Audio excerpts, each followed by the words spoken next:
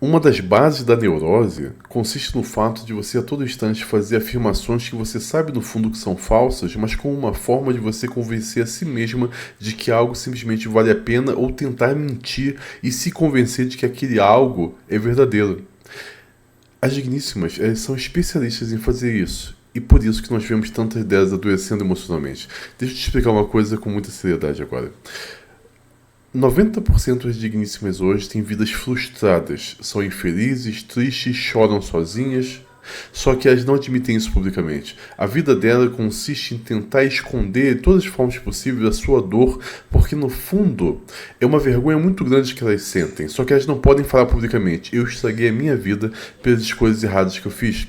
E elas não podem chegar e falar: eu fiz tudo o que me avisaram para não fazer e hoje em dia eu sofro as consequências disso. Elas mentem, enganam, fingem. Elas preferem sofrer sozinhas, caladas perante isso, num canto e adoecer emocionalmente, do que falar publicamente: eu estava errada, dando o braço a torcer.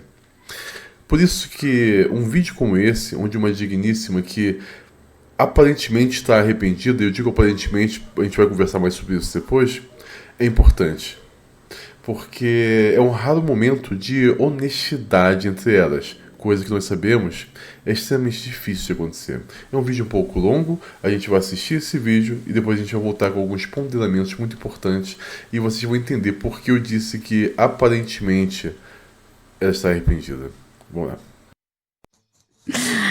I really just wanted to take a minute, read the piece in my own voice, and tell you about the reaction that I've received, and tell you about some of the things I've heard and some of the things that have been put on this essay that I don't feel are what I was trying to say at all. So I'm going to read it, which I've never done this before, so we'll see how this goes. I regret being a slut. Upon opening Louise Perry's new book, The Case Against the Sexual Revolution, A New Guide to Sex in the 21st Century, I'm moved to tears by the dedication. For the women who learned it the hard way. Unlike many other people who have read and reviewed Perry's work, reading her book wouldn't be some academic exercise in contemplating how liberal feminism has let women down. It wouldn't be evaluating what those poor sluts over there have endured in the wake of the sexual revolution. Reading her book was personal. I am one of those sluts. I'm a case study for her thesis, a cautionary tale. I knew this book was going to be difficult, and it made me realize it's time to finish this essay, one I've been trying to write for 4 years. It's a tough needle to thread. I'm grateful for the ability to control my reproductive cycle and make my own money, but that freedom has come at a price. The dark side of the sexual revolution is that even though it liberated women, unyoking sex from the consequences has primarily benefited men. I was first inspired to write this piece when a 19-year-old woman I used to wait tables with asked me, "Bridget, have you ever regretted having sex with a man?" I laughed. Yeah, all of them. That's not entirely true. There was my first love in high school and my first husband. But if I'm honest with myself, of the dozens of men I've been with, at least the ones I remember, I can only think of a handful I don't regret. The rest I would put in the category of casual, which I would define as sex that is either meaningless or mediocre or both. If I get really honest with myself, I'd say most of these usually drunken encounters left me feeling empty and demoralized and worthless. I wouldn't have said that at the time, though. At the time, I would have told you I was liberated, even while I tried to drink away the sick feeling of rejection while my most recent hookup didn't call me back. At the time, I would have said one-night stands made me feel emboldened. But in reality, I was using sex like a drug, trying unsuccessfully to fill a hole inside me with men. Pun intended. I know regretting most of my sexual encounters is not something a sex-positive feminist who used to write a column for Playboy is supposed to admit. And for years, I didn't. Let me be clear. Being a slut and sleeping with a lot of men is not the only behavior I regret. Even more damaging was what I told myself in order to justify the fact that I was disposable to these men. I told myself I didn't care. I didn't care when a man ghosted me. I didn't care when he left in the middle of the night or hinted that he wanted me to leave. The walks of shame, the blackouts, the anxiety. The lie I told myself for decades was, I'm not in pain. I'm empowered. I knew it would be hard to read this. Looking back, it isn't a surprise that I lied to myself because from a young age, sex was something I was lied to about. Long before I ever had sex, I felt ashamed of my natural sexual urges and awkward in my blossoming female body.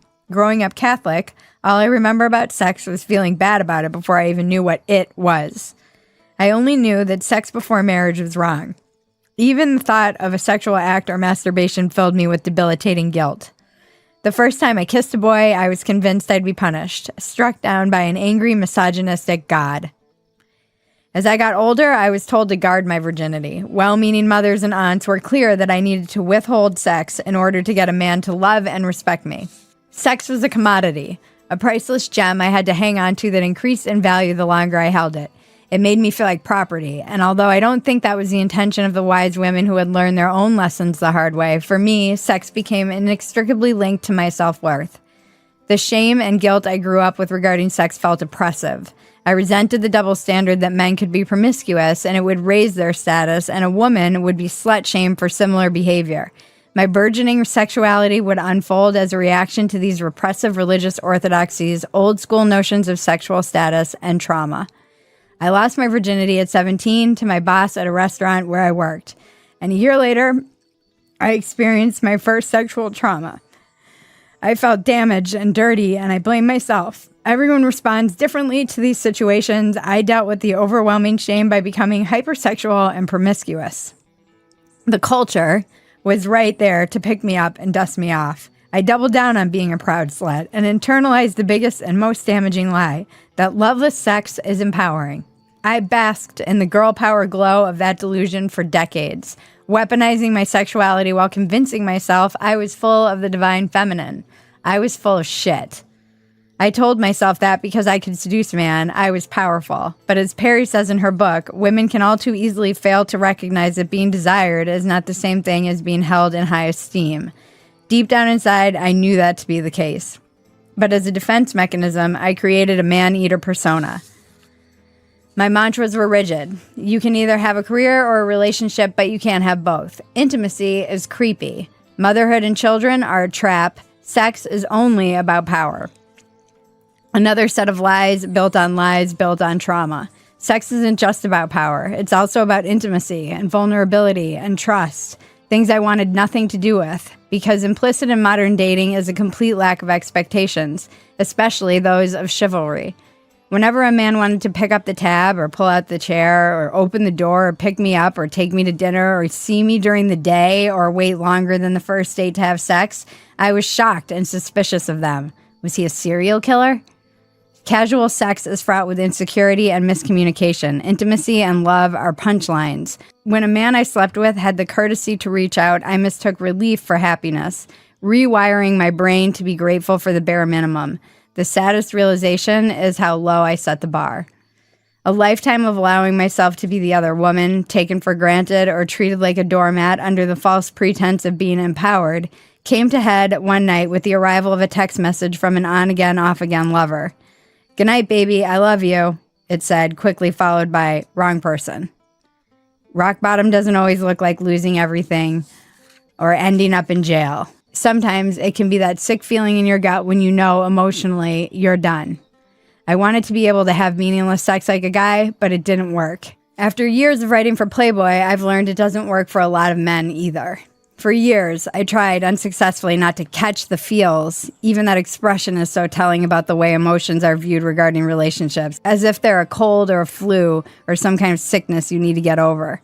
I'm not speaking for all women. I know many women with a solid sense of self who happily have loveless sex. This piece won't make them defensive, but a lot of women will read this and bristle, just like I did when I used to read something that pushed back on the lie I'd built my entire identity around. I am now 43 years old, and I'm in the first truly healthy, intimate relationship in my life with my second husband. We recently had a daughter, and in the wake of her birth, I've been thinking a lot about the conversations I'm going to have with her, and the conversations I wish I could go back in time and have with young Bridget. I'd tell her, sex can be empowering when you're coming from a position of healthy self-esteem.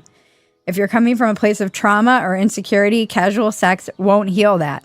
In fact, it might set you back and undermine any progress regarding your feelings of self-worth. If you know your value, you're less likely to sleep with someone who doesn't value you. Cherish yourself and you will be cherished. You shouldn't have to withhold sex for a man to respect you. He should respect you regardless. Sexual empowerment has nothing to do with how many people you do or don't sleep with. It has to do with how comfortable you are in your skin, no matter your decision. It's not about waiting until you're in love to have sex. It's about making sure that first, you love yourself. I regret being a slut. I regret it because I regret that those men can say they slept with me. Still, that's how I know I finally value myself. Every woman should feel this way. Sleeping with me is a privilege, and you have to be worthy. Esse vídeo podia ter sido perfeito, mas o que nós estamos observando aqui é a manifestação de uma frustração, de uma dor, de uma revolta. Mas isso não significa em momento algum que a lição foi verdadeiramente aprendida, principalmente quando nós analisamos a fala dela sobre a luz de determinados pontos que ela nos trouxe aqui. Por exemplo, quando ela fala sobre os conselhos que ela vai dar para a filha, ela fala sobre empoderamento sexual com base no amor próprio, que isso seria saudável, independente de quantos homens ela se deitaria. Só que em nenhum aspecto a promiscuidade feminina saudável. Não importa com quantos homens, ou melhor, não importa como você se sinta com você mesmo, se você se sente em autoestima se você faz isso. As dores e os traumas irão advir disso em algum momento na sua vida, se não agora, no futuro. Esse conselho que ela está dando para a filha, na verdade, é um retorno à estaca zero. Isso é voltar para a origem de todos os problemas que comprometeram grande parte da vida dela, que causaram tanta dor. Não existe, isso é mais uma falácia mimimista, de que não importa com quantos foi, desde que você esteja com a sua autoestima elevada. Isso é um grande erro, e ela parece que não entende isso. Ou quando ela fala em um determinado momento sobre, deixa eu pegar aqui que eu separei, dormir comigo é um privilégio, e você tem que valer a pena. Não é isso do homem ter que valer a pena. Isso, ela está tentando cair novamente naquela ideia de sempre, da hipergamia feminina, de sempre ter os melhores homens. Ah, não, olha, se o cara valer a pena, aí tudo bem dormir comigo, mas não é assim que as coisas funcionam. Ela não tem que ter um homem para dormir com ela baseado no valor social que esse cara tenha, mas na disposição desse homem, dedicar a vida a cuidar dela e da fidelidade dela para com ele. E nada, infelizmente, nada nesse vídeo representa uma real mudança de vida. É só mágoa. O que nós vemos aqui, por causa dessa frase, ela caindo novamente naquele conto de princesa Disney, de que não, se o cara for valioso o suficiente, ela pode se entregar. Mas não é assim. As digníssimas precisam se preservar, para que elas só possam se entregar no dia do seu casamento para seu homem. Enfim, a dificuldade que nós temos hoje é isso. Muitas vezes as digníssimas confundem a frustração e o arrependimento como se uma lição tivesse sido aprendida. E não é o caso aqui. Eu não quero mal para essa moça. Espero que ela possa criar muito bem a filha dela. Mas ela está claramente frustrada e não arrependida verdadeiramente da vida que ela teve. Porque essa mudança de vida que é necessário para ela e para muitas mulheres compreende em acabar com essas bases do pensamento que construíram toda essa atitude dela. E ela está reclamando das atitudes, mas com a mesma base de pensamento. Ela fala, mas eu gosto muito de ter ganhado meu dinheiro. É que é o grande problema hoje das antimimimistas. Elas dizem que são contra o mimimismo enquanto desejam continuar se beneficiando de tudo aquilo que o mimimismo deu a elas.